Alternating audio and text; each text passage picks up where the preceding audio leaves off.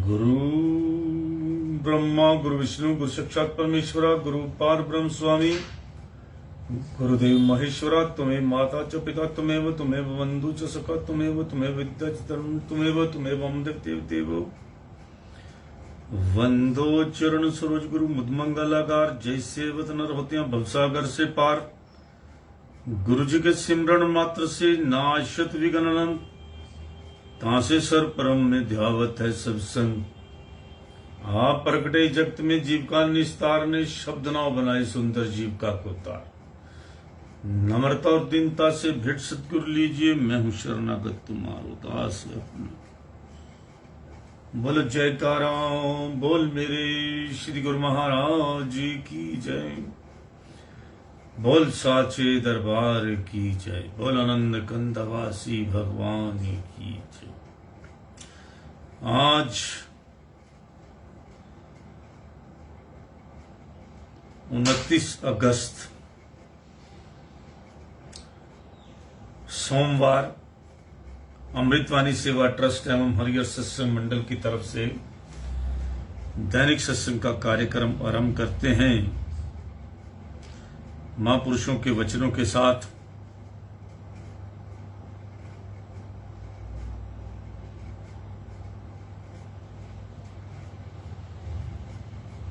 वचन सुनने के बाद जितना भी आपका वायरस है दिमाग के अंदर, बैड एलिमेंट्स है, वो सब भाग जाएगा, क्योंकि जहां सत्संग होता है वहां कोई नहीं रुकता। आप किसी भी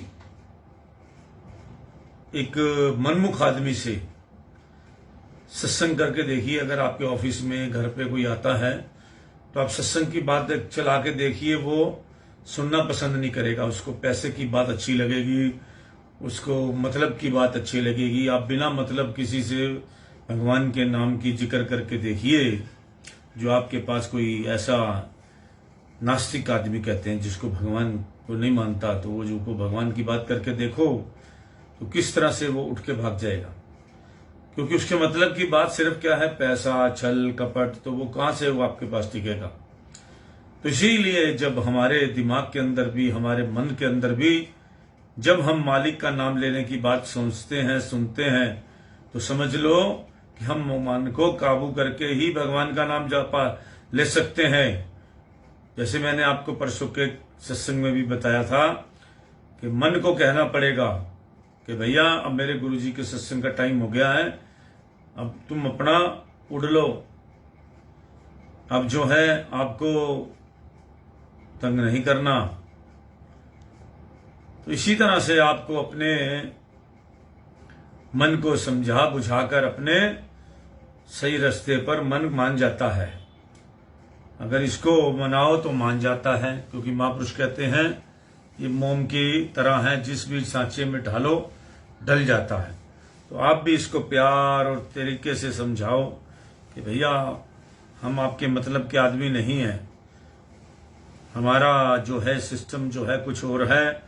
जैसे आप किसी को कह देते हैं ना कि हमारा सिस्टम ये नहीं है, हमारा सिस्टम तो भैया कुछ और है, हम इस लेवल के आदमी नहीं है।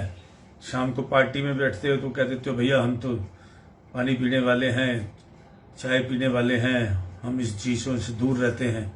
इसी तरह मन को भी समझा दो कि भाई तुम्हें हमें जो है दोस्ती करनी है तो ऐसे करनी पड़ेगी, हर टाइम भगवान का नाम हमारे को याद दिलाना पड़ेगा, बुरी बातों को हमसे दूर रखना पड़ेगा, बुरे लोगों से हमें बचाना पड़ेगा। हमारी संगति दूर रखोगे तो मन की ड्यूटी लगा दीजिए आप ना।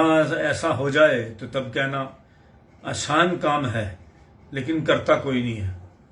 हर आसान काम को कोई नहीं करता, तो ये बड़ा एक दिक्कत है। लोग सोचते हैं कि पता नहीं भक्ति करनी पड़ेगी तो कितनी हमें जो है जिल्लत झेलनी पड़ेगी या क्या हो जाएगा, और पता नहीं भक्ति करना कितना एक कठिन काम है। आप देखते हैं कि जब आप मीट की दुकान पे जाते हैं तो 1 मिनट के अंदर वो उसको कहो जी 10 मुर्गा मार के दे, तो पार्टी हमारे घर में, तो काटते हुए देर नहीं लगाता, उसके प्रोफेशनल हो जाता है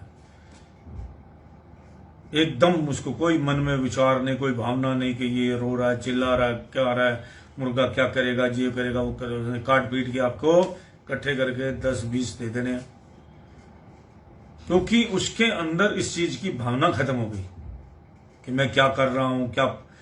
अगर वो सोच ले कि मुझे इसका फल मिलेगा, फिर ये होगा वो होगा, भाई भगवान ने उसको काम दे रखा, ठीक है, वो कर रहा है, उसकी अपनी मन मान रहा है तो ठीक है। इसी तरह आप भी, अब उसने अपना मन कितना मजबूत कर लिया उस काम के लिए कि जो होगा देखा जाएगा, मुझे तो ये काम करना है, मेरी दाल रोटी है। इसी तरह आपको भी अपना मन मजबूत करना पड़ेगा और कहना पड़ेगा, हे मन, मैं इस चीज पे मजबूत हूं कि मुझे पता है कि सत्संग के बगैर, महापुरुषों की संगत के बगैर गुजारा नहीं होगा, नाम जपने के बगैर गुजारा नहीं हो सकता। मुझे इस चक्कर में नहीं फंसना, मुझे मुक्ति के द्वार पर जाना है, मैंने आत्मा को परमात्मा के साथ मिलाना है। जो मन भी आपका साथ देने लग जाएगा। तरीका है, तरीका हर चीज को समझाने का, ब्रीफिंग करते हैं आप, जैसे कहते हैं कि उसको समझाओ। इसी तरह बड़े बड़े जो राक्षस लोग भी समझ जाते हैं, समझाने वाला होना चाहिए। तो आज हम आप कथा शुरू करते हैं अमृत वचनों के साथ, ध्यानपूर्वक सुनिएगा। ये सारा जो ज्ञान है, ये महापुरुषों ने जो लिखा है, हम आपको थोड़ा थोड़ा करके 2-2 पेज सुनाते हैं, और कितनी बार सुना चुके हैं। ये है ब्रह्म ज्ञान नहीं, ब्रह्म ज्ञान है, यही असली ज्ञान है।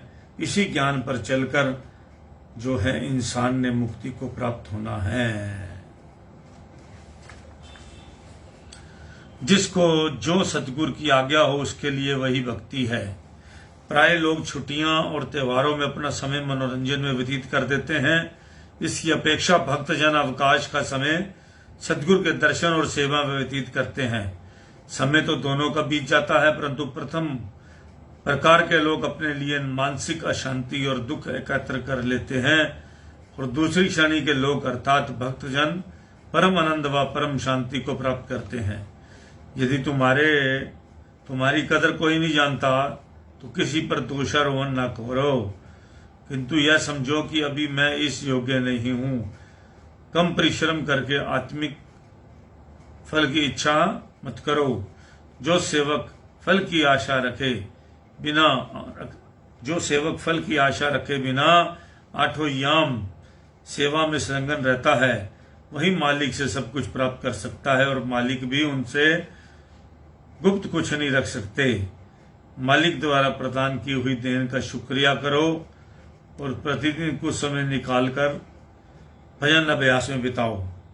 किए हुए पापों के लिए हृदय से पश्चाताप करो, और भविष्य में न करने का प्रण करो। धनवान वही हो सकता है जिसका व्यय कम और आय अधिक हो।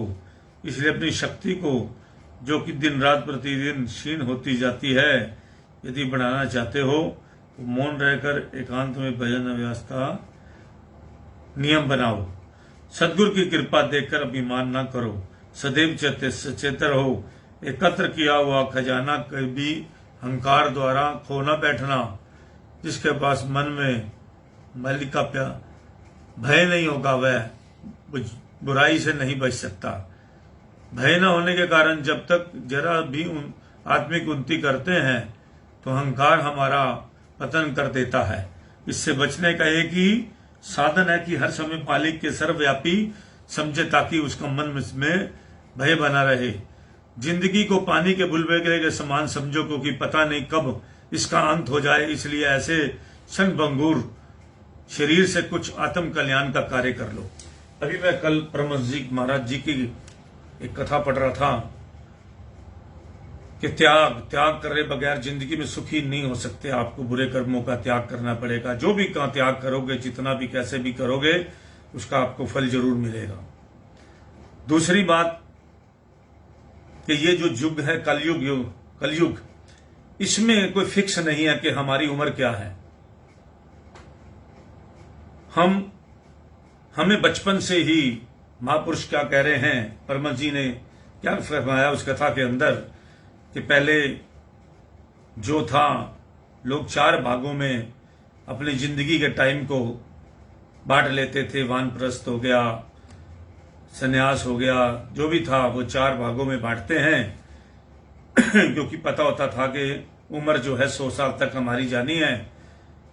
तो बचपन बीता, आई जवानी, उसके बाद फिर वो अपना बुढ़ापा, और बुढ़ापे के बाद फिर इंसान ऐसा हो जाता है बिल्कुल जंगल के लाई गिरा जाता है, या तो घर में रहे तो तब हिसाब दूसरा होता है। तो इस तरह लोगों ने अपने सिस्टम को 4 सिस्टम के अंदर, गृहस्थ आश्रम, तो इस तरह करके हर चीजों को 4 चीज में डिवाइड कर रखा था।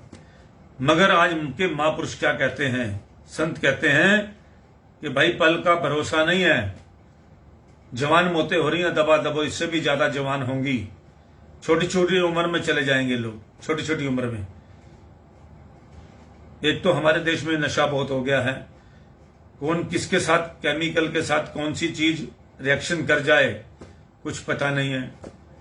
नशे को कहां से, कोई बियर में पीता है, कोई शराब में मिला के पीता है, कोई किसी तरह पीता है। अब किसके साथ देखो, अभी एक अनहोनी घटना भी हो गई। तो इसी तरह इंसान जो है इस चीज से दूर रहेगा, बचेगा, तभी कुछ जिंदा रहेगा। नहीं तो जो हमारे संसार के नियम हैं, जो हमारे महापुरुषों द्वारा बताए गए नियम हैं, उसके अनुसार नहीं चलेगा तो डेफिनेट है कि उसका पतन निश्चित है। इसलिए जो है जिंदगी को पानी के बुलबुले के समान समझो, क्योंकि पता नहीं कब इसका अंत हो जाए। इसलिए ऐसे क्षणभंगुर शरीर से कुछ आत्म कल्याण का कार्य कर लो, जितना भी हो सकता है। महापुरुष कहते हैं उम्र का भरोसा नहीं है, जवान जवान जा रहे हैं, इसलिए ऐसे लग जाओ। पैदा होते ही जैसे समझ आ जाए, माँ बाप को भी चाहिए कि बच्चों के हाथों से दान पुण्य कराए, उनके कुछ भी करे, भक्ति की तरफ लगाए। और आदि इंसान को भी समझाया जाए, जो बच्चा बड़ा हो जाए, कि भैया उम्र का कुछ भरोसा नहीं है, इसलिए अभी से दान पुण्य ये वो सब करना शुरू कर दो, क्योंकि कलयुग है। कलयुग में भक्ति भी बड़ी आसान है। अगर आप दिल से कम भक्ति करेंगे तो परमात्मा का मिलन बहुत जल्दी होगा। ये महापुरुष फरमाते हैं कि कलयुग के अंदर जो है जीव तराई तराई देखता है दुनिया में, झूठ का इतना बड़े लेवल पे वो देखता है कि लोग जो हैं तो उनको नफरत होने लग जाती है अपनी जिंदगी से। ये भाई भगवान, क्या ये दुनिया है, किस तरह से हर आदमी छल कपट के अंदर लगा हुआ है। आज देख लीजिए, कोई भी कहीं भी जैसे आप जाएंगे, चाहे अपने परिवार को लोगों को देखिए, चाहे अपने दोस्तों को देखिए, चाहे किसी को भी देखिए, अपने सभी लोग छल कपट करने में लगे हुए हैं।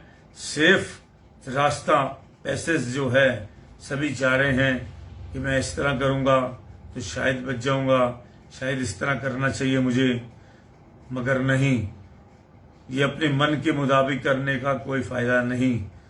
जो महापुरुषों ने बताया है उसी तरह हमें चलना है। जिनकी चिंता को छोड़ चिंतन करो, क्योंकि मालिक का चिंतन करने से तुम्हारी कभी सभी चिंताएं दूर छूट जाएंगी।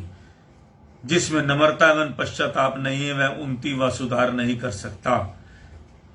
अन्य समय ना मिले तो सोने व जागृत होने के समय मालिक का ध्यान और सदगुरु शब्द का अभ्यास करो। जो कुछ सदग्रंथों में वह सब भीतर ही प्राप्त होगा, परंतु अंदर झांकने की ये युक्ति सदगुरु से पूछो। जैसे शरीर और वस्त्र की सफाई के लिए साबुन तथा पानी की आवश्यकता है, वैसे मन जो जन्म जन्मांतरों की से मलिन है, उसकी सफाई सदगुरु नाम से ही होगी। जैसे शरीर और वस्त्रों की सफाई के लिए साबुन तथा पानी की आवश्यकता है, वैसे मन जो जन्म जन्मांतरों से मलिन है, उसकी सफाई सदगुरु नाम से ही होगी। संसारिक वस्तुओं को जितना हृदय से दूर रखोगे, प्रभु की निकटता उतनी अधिक प्राप्त करोगे। जो मनुष्य सारे जग से नाता तोड़कर मालिक से प्रीत जोड़ता है वह मालिक को सबसे ज्यादा प्यारा है। तो इस तरह से जो है ये बातें एक एक जो है शब्द एक एक आंखें खोलने वाले हैं। जो महापुरुषों के वचन है, नो इफ बट, किंतु परंतु के बगैर जो है मालिक सीधा कहते हैं इस तरह करोगे तो ये होगा भैया, इस तरह करोगे तो ये होगा। अब आपकी मर्जी है कैसे चलना है, ये आपने देखना है। तो इस तरह करके जो है आज हम आपको जो इस सत्संग जो आपको सुनाया,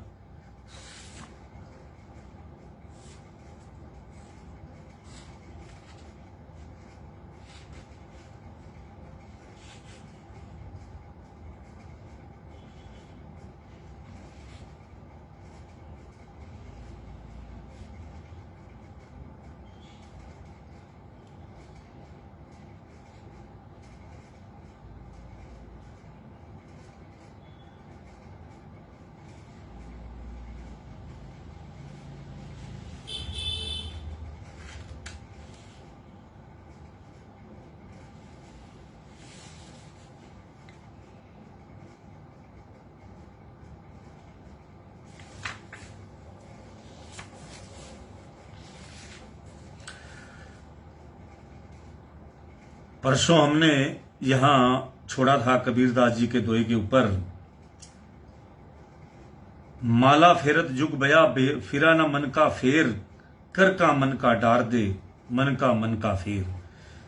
तो इसका कबीरदास जी ने विस्तृत जो है इसका कथन ये है, हे साधक युग बीत गए तुम्हें लकड़ी की माला फेरते हुए, किंतु मन में कोई परिवर्तन दिखाई नहीं दिया। वह तो पहले की भांति ही पारे के समान चंचल है, इसलिए इस बनावटी माला को छोड़कर अपनी ही भलाई के लिए मन के मलकों की माला फेरो, जो तुम्हारे घट में स्वाभिमान ही चल रहा है। अपने आप जो हमारे अंदर एक सांसों की माला जो चलती है, जो उसको उसके अंदर नाम का सिमरन जो चलता है, अब उसको हमने जो है उसके अंदर अपना ध्यान लगाना है। उस नाम को हमने समझना है जो महापुरुषों द्वारा हमें दिया गया है। ये लकड़ी की माला हम फेरने तो बैठ जाते हैं, लेकिन ध्यान कहीं और भटक जाता है। कभी भी आप फेरते हुए देख लीजिए, लोग हाथ में लेके घूमते रहते हैं, लेकिन प्रभु की तरफ ध्यान बहुत कम लोगों का होता है। तो इसलिए कबीरदास जी ने अपने अनुभव से बताया कि हे साधक, युग बीत गए तुम्हें ये लकड़ी की माला फेरते हुए, इसके मनकों को फेरते हुए, लेकिन मन में कोई परिवर्तन दिखाई नहीं दिया। उसी तरह चलाकियां, उसी तरह सब कुछ नजर आ रहा है, तो शांत नहीं हुआ। इसलिए इसको छोड़कर और अपने अंदर जाकर उस मालिक से मिलाप कर।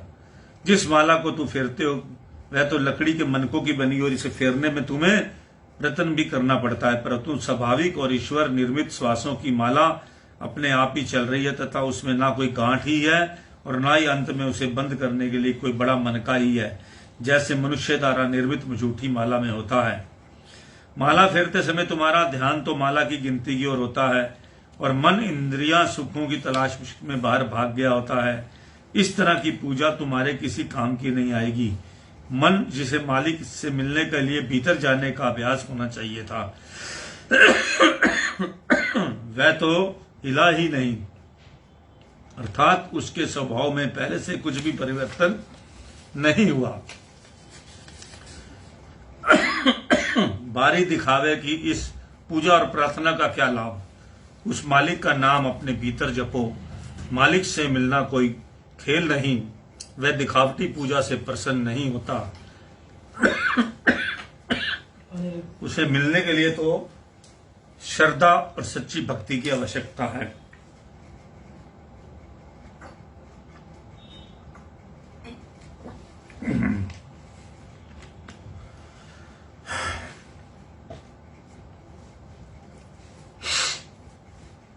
जो प्रभु हैं वो हर टाइम आपकी एक एक बात को समझते हैं।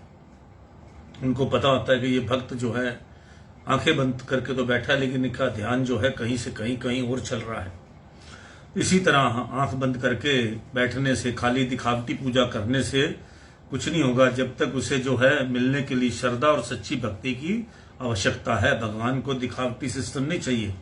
तुम्हारे घट में मालिक के नाम की धुन सहज रूप से निरंतर चल रही है, परंतु उसे सुनने के लिए तुम्हें अपनी सुरत को शब्द के साथ मिलाना है, अर्थात दूसरे शब्दों में सुरत शब्द योग का अभ्यास करना है, जिसमें होठ हिलाने की आवश्यकता नहीं है। ये सच्चे सदगुरु जो होते हैं, महापुरुष होते हैं, वो आपको इस क्रिया को समझाते हैं कि किस तरह से, अब जिसके समझा हुआ है वो तो उसी तरह ही जाप करे। और जपा जाप जो हमारे घट के अंदर निरंतर चल रहा है, उसे मालिक ने अति कृपा करके हमें बता दिया है। संत श्री कबीरदास जी कहते हैं कि अब तो मेरा मन अजपा जाप में पूरी तरह लवलीन हो गया है। ऊपर के 6 पदों में के ईश्वर भक्त श्री कबीरदास जी ने पूजा की 2 विधियों की परस्पर तुलना की है। पहली पूजा की बाह्य विधि है, जिसमें शरीर आदि अंगों की क्रियाएं होती हैं। इस प्रकार की पूजा विधि की कमियों को बताते हुए कबीरदास जी कथन करते हैं कि लकड़ी के मनकों की माला फेरने से ध्यान या सूरत इधर उधर चली जाती है और मन को विषय रसों में भागने का अवसर मिल जाता है। जब तक मन ही स्थिर नहीं होगा, उसे अनुशासन में नहीं लाया जाएगा, तब तक ना तो मन को शांति और सुख प्राप्त हो सकता है और ना ही मालिक का साक्षात्कार हो सकता है। पूजा की आंतरिक विधि है, जिसमें सभी बाह्य क्रियाएं तवज्जो है। यहाँ तक कि इस विधि से बाह्य आंख, नाक, कान और मुंह, हाथ पैर आदि का भी कोई उपयोग नहीं रहता। मालिक के नाम और सिमरन के लिए जीवा भी नहीं हिलानी पड़ती। इसमें केवल सारी सूरत को इधर उधर बिखेरे बाह्य स्थानों से हटाकर वो मध्य केंद्रित करना होता है। सूरत को बाहर इधर उधर भागने नहीं दिया जाता। इससे विपरीत इधर उधर बाह्य केंद्रों में जहां जहां इसका लगाव होता है वहां से हटा लिया जाता है। इस प्रकार मन को इधर उधर भटकने का मौका नहीं मिलता और धीरे धीरे वह स्थिर होने लगता है। यह संत मत है और इस प्रक्रिया को अजपा जाप कहते हैं। मालिक का साक्षात्कार करने का यह सरलतम उपाय है। सहजोबाई जी गुरु श्री चरणदास जी द्वारा बताए इस मार्ग में प्रवृत्त हुई थी और उन्होंने अपने मालिक से साक्षात्कार किया था। उन्होंने अपनी सुरत की आंतरिक यात्रा को और घट में मालिक के मिलने की उमंग पूर्ण साधना के अनुभवों को बताया है। उसके कुछ पद यहाँ दिए जाते हैं जो स्वयं स्पष्ट हो जाते हैं। राम नाम यो लीजिए जैसे सिमरन हार, सहजो के करतर ही जाने ना संसार। बैठे लेटे चलाते खान पान व्यवहार, जहां ता सिमरन करे सहजो ये निहार। जागत में सिमरन करे सोवत में रो लाए, सहजो एक रस ही रहे तार टूटी ना जाए। ऐसा सिमरन कीजिए सहज रहे लो लाए, बिन जिबा बिन तलुए अंतर सुरत लगाए। हंसा सोहों तार कर सुरती मकरिया पोए, उतर उतर फिर चढ़े सहजो सिमरन होए। इसके अंदर जो है वो नाम की महिमा भी है और सहजोबाई जी के गुरु जो थे चरणदास जी, उन्होंने किस तरह से इसको बड़ा शॉर्टकट के अंदर समझाया है तो किस तरह से भक्ति करनी है। तो इन दोनों की भाषा बहुत सरल है और इनका सार उपदेश वही है जो श्री कबीर साहब जी के दोहों का है।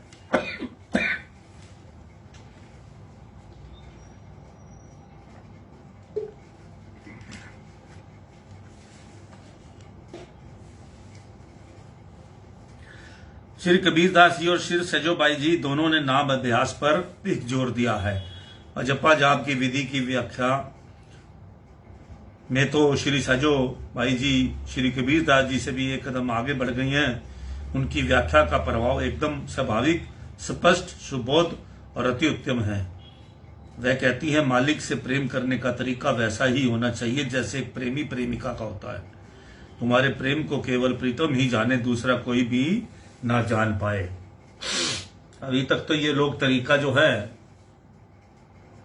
अभी समझते हैं लोग। अभी भी मैं देखता हूं प्रेम और प्रीतम का तरीका जो कई लोग जो हैं, आप देखते हैं द्वारका के अंदर किस तरह से बड़ा सच्चे प्रेम के साथ भगवान कृष्ण के साथ अपना प्रेम दिखाते हैं। बहुत सच्चे लोग होते हैं, कई लोग सभी नहीं एक तरह के होते, लेकिन फिर भी अभी संख्या है। ऐसे ही जो जिसको मानता है, अभी भी बहुत इस दुनिया के अंदर प्रेमी हैं। तो अगर ये, लेकिन संख्या बहुत कम होती जा रही है। आजकल के बच्चे, आजकल के नौजवान, आजकल का सिस्टम जो है वो इस चीज को फॉलो नहीं कर रहा। ऐसे दिखावे के लिए तो वो वैसे ही विधि करने लग जाता है, लेकिन आंतरिक ज्ञान नहीं है, भ्रम ज्ञान है सभी के पास। इस भ्रम ज्ञान से निकलना है। जिसके पास थोड़ा सा ज्ञान है उनके पास जो है, जो वैसे तो उन सतगुरु की जो है हमेशा खोज होनी चाहिए इंसान को। और जिन हमारे गुरु भाइयों को अपने सतगुरु का नाम सिमरन करने का तरीका सब कुछ मिल चुका है, उनको भी ये समय जो है व्यर्थ नहीं गंवाना चाहिए और इस पे चल के अपने आप को अपने मालिक से जो है साक्षात्कार करना चाहिए। आत्मा को परमात्मा के मेल में मिलाना चाहिए। बड़ी सरल सी विधि बताई गई है कि जो प्रेमा भक्ति जो है कलयुग के अंदर अपने मालिक से जैसे लोग अभी भी करते हैं, उन्हीं को देखो। जिसने सतगुरु से सच्चा प्रेम किया है, बस वही आपका गुरु है। जिसको प्रेम करना आ गया, अपने मालिक से प्यार करना आ गया, तो क्या बताया है कि जैसे प्रेम मालिक से प्रेम करने का तरीका बिल्कुल वैसा होना चाहिए जैसे एक प्रेम प्रेमिका को होता है। समय पर उनको जो लोग सेवा करते हैं अपने मालिक की, मूर्ति नहीं समझते। मूर्ति, अगर आप भगवान की मूर्ति को मूर्ति समझोगे तो मूर्ति से आएगी। अगर आप सचमुच भगवान की मूर्ति के साथ बात करते हैं तो भगवान उसके अंदर प्रकट होते हैं, और उसी सिद्ध मूर्ति होती है वही जिसके अंदर भगवान से आप बात करते हैं और भोग भी लगाते हैं भगवान। और भगवान का पूरा आप ध्यान रखें, उनकी सेवा कीजिए, उनसे प्रेम कीजिए, चाहे वो हनुमान जी हो, चाहे रामचंद्र जी हो, चाहे कृष्ण भगवान जी हो। आप जिससे भी प्रेम करेंगे, आगे प्रेम का जवाब आपको प्रेम में ना मिले तो मुझे कहना, ये मेरा अनुभव है।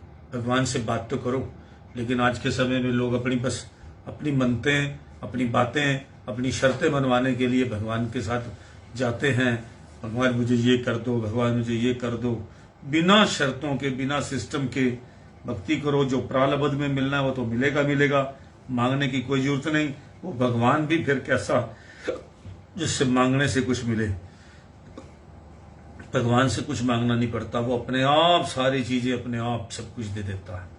तो इसलिए इन बातों को फॉलो कीजिए, ना कि सिर्फ अपनी दवाई जो है, जैसे डॉक्टर दवाई दे देता है, आपको डायग्नोज कर देता है, दवाई देता है, मगर आप खाते नहीं हो। आप कहते हो दिल करेगा जब मैं खा लूंगा, और जब समय निकल जाएगा तब आप खाओगे, उसका कोई फायदा नहीं है। जय सच्चिदानंद। राम राम, राम राम, जय सच्चिदानंद।